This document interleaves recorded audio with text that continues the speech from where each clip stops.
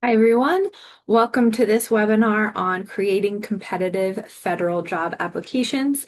My name is Meredith, and I am one of the career coaches for American Military University and American Public University, part of American Public University system. So this webinar today is going to be covering a lot of different things, all related to federal jobs on USAJOBS.gov. We will be touching a little bit on navigating the site, how to search for and look at different job announcements, and then of course a big piece, working on that federal resume so that it is competitive and it's meeting the requirements and hopefully standing out for those federal jobs. I do like to point out that, all the materials and things I'll be talking about today have been pulled together from resources from the Office of Personnel Management, OPM, which is the government's HR, as well as USAJOBS. So I encourage you to always refer to those resources, whatever is most up to date, as those are the direct source, of course. Just a little bit about me, just so you know, I do have about 10 years background before here working for the federal government and helping with the hiring processes and looking at lots and lots of applications and resumes, as well as just trying to stay on top of what's new in that field since then. So bringing that with me today and hopefully helping give you some tips and tricks. So we're going to start by looking at just some slides of some overview, and then we're going to spend most of the time in demo of actually looking in USAJOBS and the resume builder, and an example of one. So we're going to be more hands-on. I think that's always more helpful.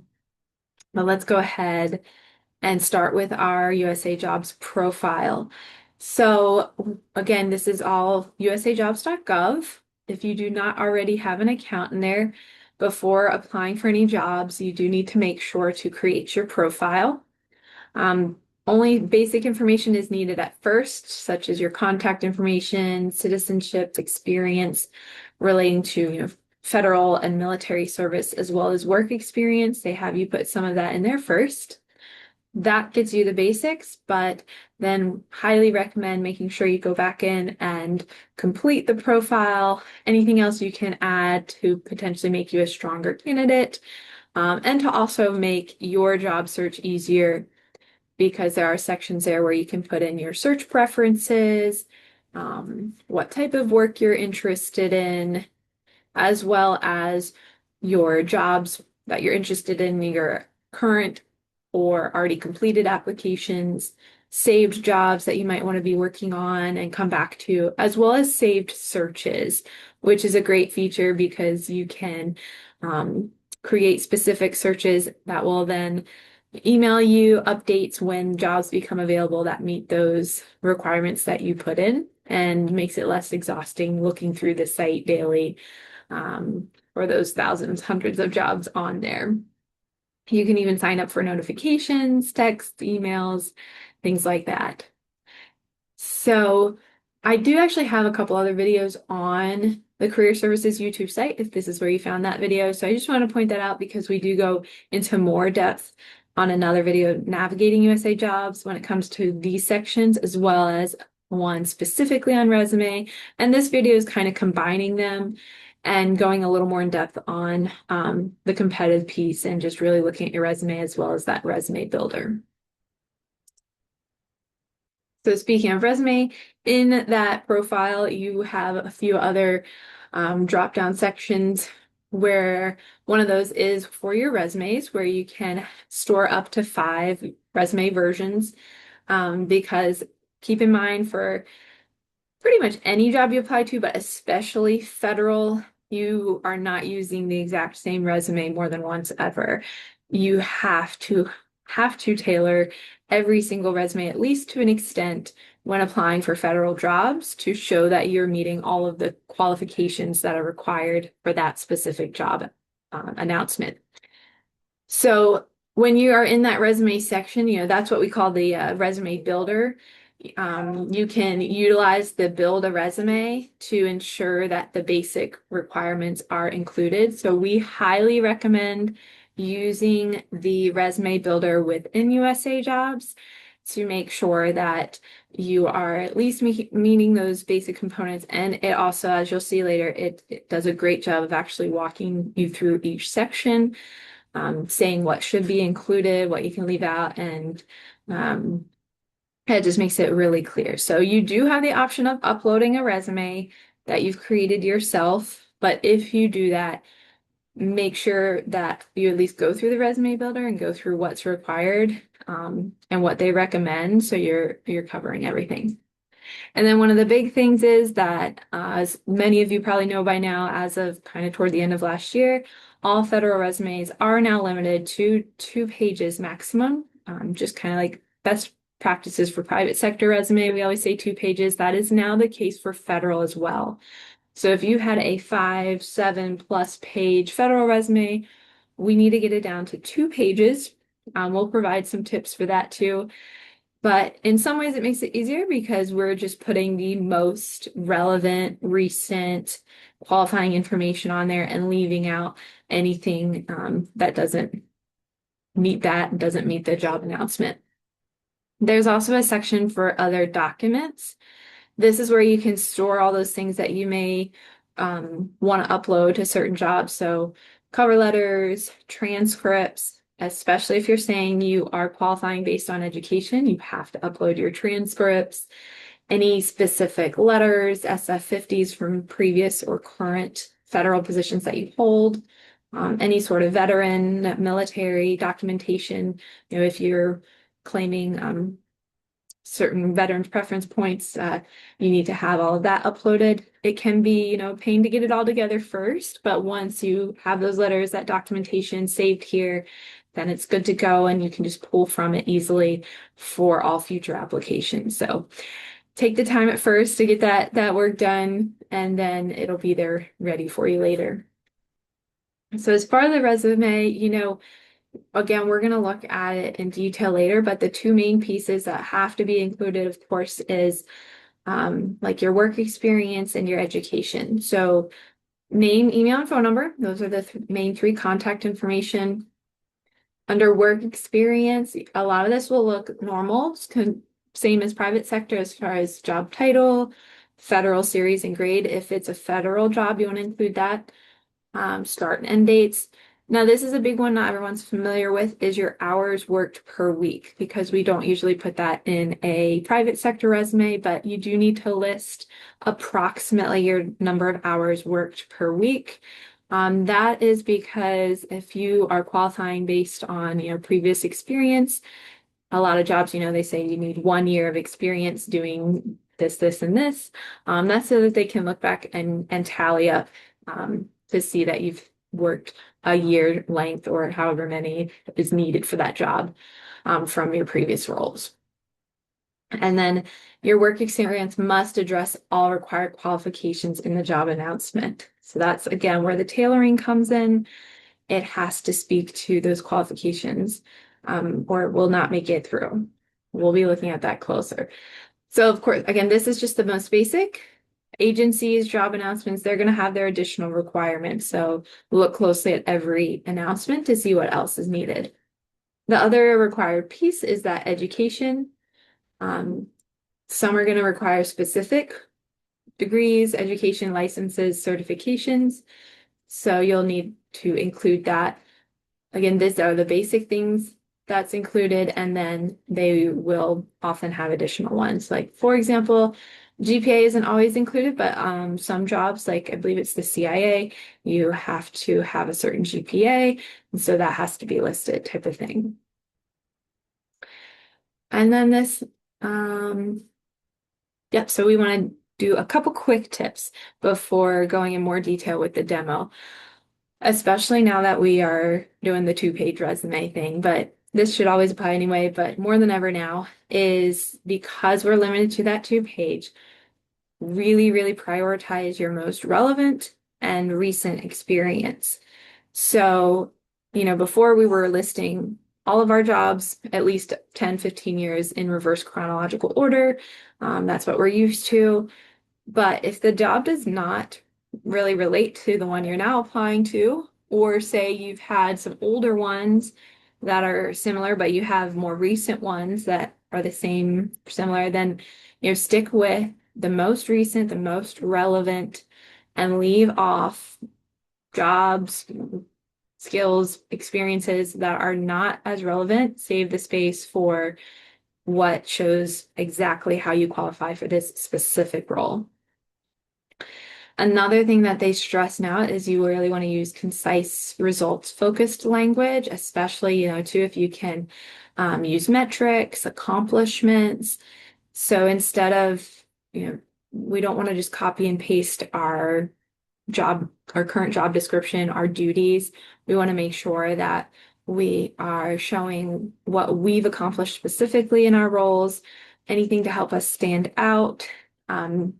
Metrics included, like I said, so not just I supervise people, but I supervise this many people, and or I handle this amount of budget because of what I've done in this has resulted this positive result. So anything again that can help them more clearly see you as a candidate and help you stand out.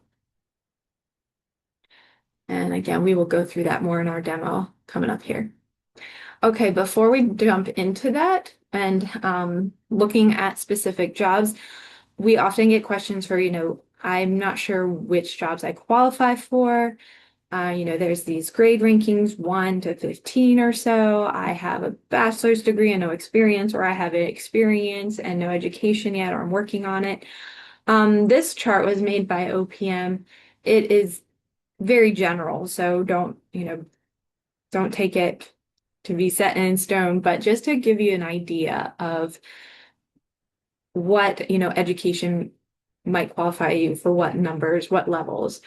So just for an example, if you have your bachelor's degree alone, but maybe no experience yet, then you would most likely qualify for up to a GS5 entry level and potentially even a 7 if you have any, sometimes if it's high grades or if you have some higher than a bachelor's, but not a full master's yet, for example.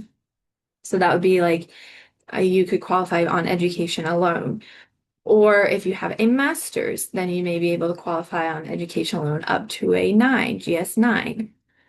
Now, typically what we see is after GS9, this getting to the mid to higher level where they do require you to have more specialized experience directly relating to the job you're applying for and not just the education alone. But that is one of the advantages of USAJOBS roles is that, a lot of times we have military members who have been doing a job for 20 years, but they don't have their degree yet. This is often an either or combination of. So it recognizes, you can qualify based on experience alone, or education alone, again, up to a certain point. So it doesn't just disqualify you like some jobs that you see where it's like bachelor's degree required. And even if you had years of experience, if you don't have that checked off, then you're off the list. So that is one of the nice things about this is it's usually an either or both type of thing. Okay, so we are going to move into the demo portion looking at USAJOBS itself now.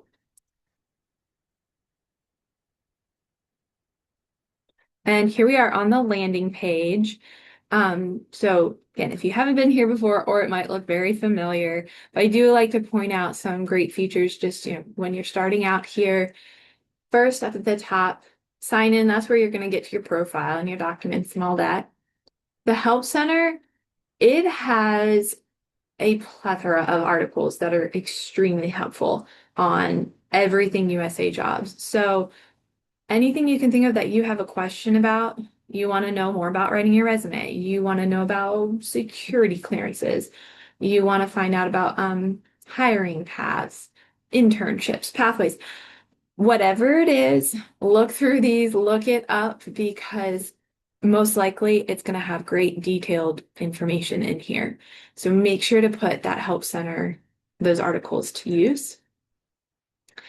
Other things you can look at that stand out here, if you are not sure what job you're interested in, or maybe there's a few, you don't know what to call them, or maybe you're trying to match what you've done in the military to something on the civilian side now, you can take the assessment, the quiz, and give you some ideas, as well as learning about hiring paths too is a great way to know what you're eligible for. So the hiring paths, when we're looking at jobs in a moment here, this is how we determine if we're eligible to apply, is if we meet one of these paths or more than one. So for example, if you are a veteran and the job says veterans, or if you are a student or recent graduate, you'll see these symbols. Those of us who aren't military affiliated, or maybe none of these others apply to, then open to the public. You're going to want to make sure you click that to see ones that are open to everyone. You can find out more about those hiring paths in more detail there. It also shows a lot of upcoming great events. Sometimes they do webinars like this, as well as in-person virtual career fairs, things like that. So a lot to explore just on the front page here. I encourage you to spend some time. But let's go ahead and look at, how do we search for jobs? What are some ways to find jobs on here? And then dive into an example. So when you're looking for a job, there's a few ways that you can do that. You can just use like a keyword if you have something in mind, like I put in intelligence earlier. You can do a specific job title. You can do an agency. Like I wanted to be I was a park ranger, so I would put in like National Park Service. You can do it by location. So lots of ways to get started, and then we can filter down even more. One way to get started too that I want to point out is within the Help Center. Sorry, let me get that there. You can find an article, and you could type this in, federal occupations by college major. So every job is part of a job series, which is usually like a four-digit number. And this link breaks it down so by your college major, or maybe even one that you're interested in, what series those jobs might be in. So really helpful. For example, let's just take one. Let's see if we have any wildlife biology series. Or actually, I think I looked this one up earlier. I know there's some medical technologist 0644. So if we put that in, we might not know all the titles of a medical technologist role. But you can see we have 58 jobs now in that series. So it includes all the different job titles that could be found in this role, which a lot of these are similar clinical laboratory scientists. But so that's one way to do that. And it's really helpful to look by your degree and these numbers as well. But don't limit yourself to them because they might cross over. So that's one way. Let's go back because I'm going to do an intelligence role as the example. So let's just search for intelligence.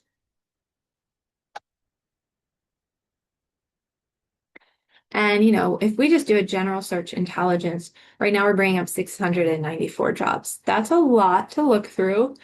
But maybe some things to help filter it out. So for example, maybe which agency you want to work for, or that you only want permanent jobs. You don't want a seasonal job. Now, I do like to point this out about security clearance because some of our students and alumni have security clearances and others do not. When you look here, if it says not required, that means the job does not require you to get one. And what I'm trying to get at is that if it says like top secret, it doesn't necessarily mean you already have to have a clearance like a lot of jobs do. So that's a huge advantage of these jobs is some of them on USAJOBS will sponsor you to get that clearance and don't expect you to have it already like many others do. So let's just say, like, as an example, top secret. I want to show you that. So for this one, for example, GS 7 to 11, so it's a nice range there. This is our entry to mid-level. I was seeing this one earlier where see the requirement. It says must be able to obtain a top secret SCI clearance. So again, doesn't require you to already have it. You just have to be able to obtain it. So I wanted to point that out. Um, Maybe you also know, based again on that education piece, what your maximum grade is. So again, say we have our master's, but we don't have any experience yet in the field. So we know we're probably not going past a GS9. We could put that in. And again, we're getting more and more opportunities or we're filtering more and more down to make it easier on us to know what we can apply for and not have to look through hundreds and hundreds. So I saved one from earlier that I wanted to look at. So let's go ahead and get to that one.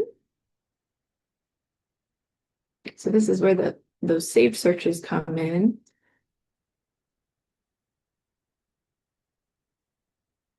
I pulled up an intelligence operations specialist. So let's go ahead and look at that one. It is open now currently, closing in a couple days. And here are the things we're going to look at as we go through a job announcement. So first, we are going to start with, are we eligible? And then we're going to move into, are we qualified? So here's the eligible piece. This again is, who is this job open to? So when you're looking at roles, that's something you can filter by. You want to check this first. I don't want you to go to the whole process of tailoring your resume, getting excited, getting ready, and then you realize, oh, actually, it's only available to current federal employees or those already working for this agency type of thing, which you will see. This one, though, open to the public. So any U.S. citizen, national, those owing allegiance to the U.S. can apply to this one. So that's why I chose this because it's pretty open. And it has a pretty broad range again, GS9 to 13. So you'll see that this one is going to be available for both qualifying for both education and or specialized experience. So let's say, yep, we have determined we are eligible because it's open to the public. Next, let's see if we're qualified. And so this is, we'll skip duties for now. Look over the requirements, but let's look at these qualifications. And again, there's that must obtain and maintain. You don't already have to have the top security clearance. So great way to get in. All right, so here's our qualifications piece. So for a GS9, this is the lowest level you can be hired in for this specific role. You have to either have this specialized experience, which means you must possess 1 year of experience in a GS7 or equivalent role. So it does not have, in other words, it doesn't have to be the federal government, but it has to be a similar role, approximate equivalent to it, doing these things. So you have to either have done all of these things, or you have to have your master's degree in a similar field, or you have to have a combination of the two. So say you're working on your master's degree and you have some experience, but you like don't have a full year yet or don't have your whole master's degree, then you can have a combination of. So those are the different ways you can apply. Now see this one, how it also lists it's being hired as a GS11 or a 12 as well, or even a 13. So depending on what you qualify for, you can put that in the application. It'll ask you later which levels you qualify for. So for now, though, we'll pretend we're only good for the 9. A note on that, that would mean typically if you are hired at the 9, since it's a 9-13, usually every year you would get to move up a grade, which is great. Okay, so we've determined, yes, we are eligible and yes, we are qualified. So we want to apply now. Now, before we just upload a resume, we want to look a little closely at a few other things. So first, let's go down to how to apply. This is going to go into detail about what you need to do, what to include, things like that. Some jobs are going to have a questionnaire involved. And the good thing is usually you can preview that questionnaire ahead of time down in this how to apply section. You can open that up and you can look at what questions they're going to ask you. Some of them are just yes or no, just basic questions to see if you are, meet that minimum requirements. But then others are more assessment wise, where you're ranking yourself for, based on you have no education or experience on this task, or you are considered an expert. So what this really helps with ahead of time is if you look at these questions, you know what you're going to be asked. This is going to be how we tailor our resume. Because anything here that we say that we have done, especially if we say we've done it regularly or we're an expert, it has to be displayed somewhere in our resume. Not necessarily word for word, but if it says maintains liaison with personnel in assigned and related fields and so forth, you need to speak to that in some way as close as possible in your resume and as clear as possible. So those hiring officials, again, they get hundreds, thousands of applications sometimes. They need to be able to easily scan your resume with these questions and see, okay, yes, they have done it at this job at this time type of thing. So that's going to be a main way for us how we tailor our resume. Not all jobs are going to have this occupational questionnaire though. So along with the questionnaire, we'll go back up to those qualifications. Anything you can speak to in the qualifications need to be shown in your resume. So again, if you are saying that you qualified based on the experience, not the education, then you need to speak to all of these, all of the GS9 ones at least. If you're saying you are, qualified based on education, that doesn't mean you shouldn't still address these, because the more you can address, the more you can show, the stronger candidate you might be, and you may get, higher up in those rankings of best, most qualified, higher chance of getting sent on to the officials. So speak to these as much as possible in your resume. Now, duties, those are what you're going to be actually doing on the job.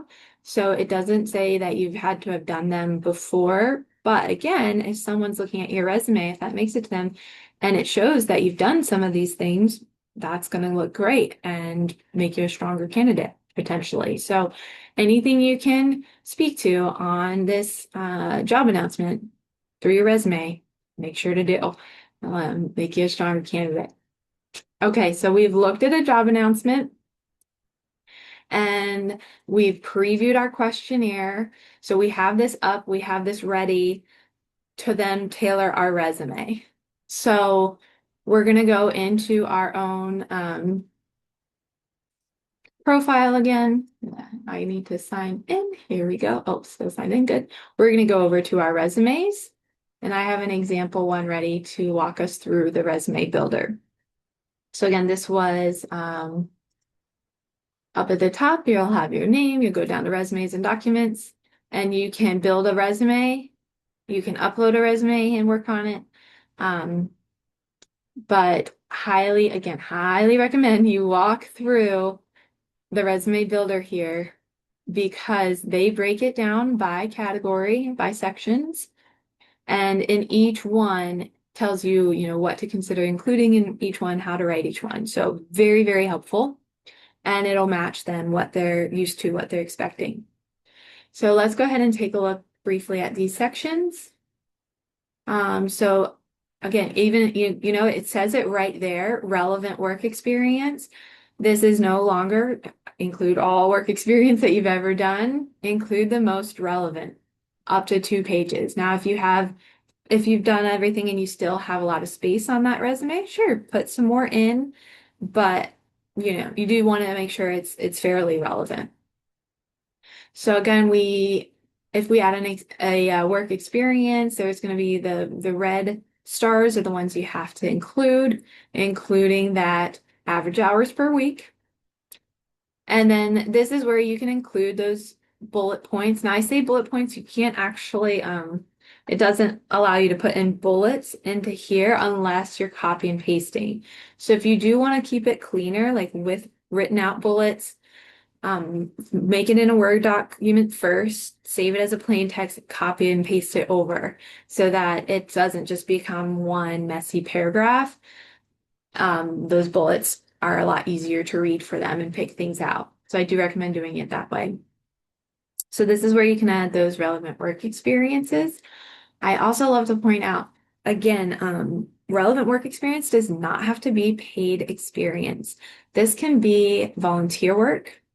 Now, if it was something you just did one time, that's still great. Maybe you mention it in another section. But if it's something you do more regularly, at least a few hours a week, you can list it as relevant work experience. It can count toward, that year of experience that you need, if specialized experience, if that's how you're qualifying. It does not have to be paid experience to qualify. So keep that in mind. Not everyone knows that, and you can put that in this section. Okay, the next one is education. So again, these are the two required ones. You have to have something in work and something in education. The other ones are going to be all optional. When you're putting in your education, a question that comes up commonly is, what if I'm still in school? Then you get to put in your expected month and year of graduation. So it even has a section where it says, some college. So you can put that and then the expected, yeah, and that says it down there. What if I'm currently working my degree? So again, these are the red stars are the ones you have to put. Other things are optional. However, it says GPA optional here, but remember, I have seen it in some job announcements where it is required to list that GPA. So if it's required, make sure it's on there. And also we have another section for relevant coursework, licenses, certifications. So school related, again, if it is something that maybe you have your master's, but you don't have experience yet, really rely heavily on the education part of your resume then. List the coursework, talk about projects that were related, research, things you've done, because they just want to see how you qualify for this job. Education, volunteer, projects, those are all okay. They count. I'm not saying they're necessarily like always going to put you in the most qualified. It's going to depend on other applicants, but everything that we can do to give us a chance, get it on there. All right, so we have education, and then we move on to those optional sections. Job-related training, this is where you can also put in certifications. So some popular ones for our IT, cybersecurity, intelligence. We have some CompTIA listed there just as examples. It tells you to make sure to include the title, the organization, the completion date. So each section is clearly telling you how to write it out, what to include. Don't miss out on this resume builder. Make sure to look at each section closely and what should be where. If you speak another language, you can include that. Professional publications, you can include that. And then the additional information, that's a big one. They list all sorts of things that you can put in this one. So this is where you could list additional skills. This is actually where you would list your security clearance. You can see that's mentioned here. Also affiliations, awards, honors, organizations. It does mention references, but I will say usually you can still keep those off unless they're specifically asked for. It's not necessary. This is all optional, but unless it's asked for, you don't typically put references anymore. Okay, so this, if you want to see it all put together, I downloaded this example that I created of an intelligence resume, and this is what it looks like. If I download it into a Word document, just so you can see what it looks like on their end. It's not the most attractive, but again, it's what they're used to. So, and it has gotten a lot better than what it used to look like, in my opinion. So it's going to break it down by those jobs, and then that education, the training, the language, all of it's on here. And you can see it's really condensed it, so you can get a lot into 2 pages. If you make this on your own, you might not be able to fit as much. So that's another good reason to take advantage of it. And again, here's also an example of how we're writing those bullet points. As much as possible, we're using quantitative data, metrics. We're not just saying we manage cases. We manage a certain number of cases per month. We're using these tools. It resulted in this. I created this new system, whatever it is, just so that it's showing a bigger picture of you, how you stand out. What can you bring to them? Why should they hire you? Is always what we're looking for here. All right, so that is going through all of the resume pieces. I believe I covered a lot of it now. Just want to see if there's anything we missed. I do want to point out, because we didn't go into detail, but I do know a lot of our students and alumni are veterans, of course, or military affiliated. So OPM does have more information, of course, and USAJOBS too, on hiring veterans, what your options are, your paperwork needed, things like that. So there's this Feds Hire Vets site. USAJOBS has more. Yeah, so definitely can dive into that deeper. I did also want to point out on CareerLink, which is the university's kind of career services hub. We have additional resources on navigating the federal job search process under resources. You can find this one under military affiliated. We have additional videos and our full-on federal resume writing guide with that example that I showed you just a minute ago. So kind of an overview of exactly what we talked about. Much of it, though, is just information directly from that resume builder in kind of each section. I just wanted to touch on that. Okay, I think I covered everything that I wanted to today. So yeah, wrapping up here. Thank you for joining. If you are a AMU, APU student or alumni, please reach out if you have any additional questions. We, as your coaches, are happy to help with your federal resume, federal coaching, and all things career services related. We do resume reviews, interview practice, talk about job search strategy. Any of that, you can reach us on your eCampus by filling out a career coaching form or through this email listed, careerservices@apus.edu. Thanks again, and hope you have a great rest of your day.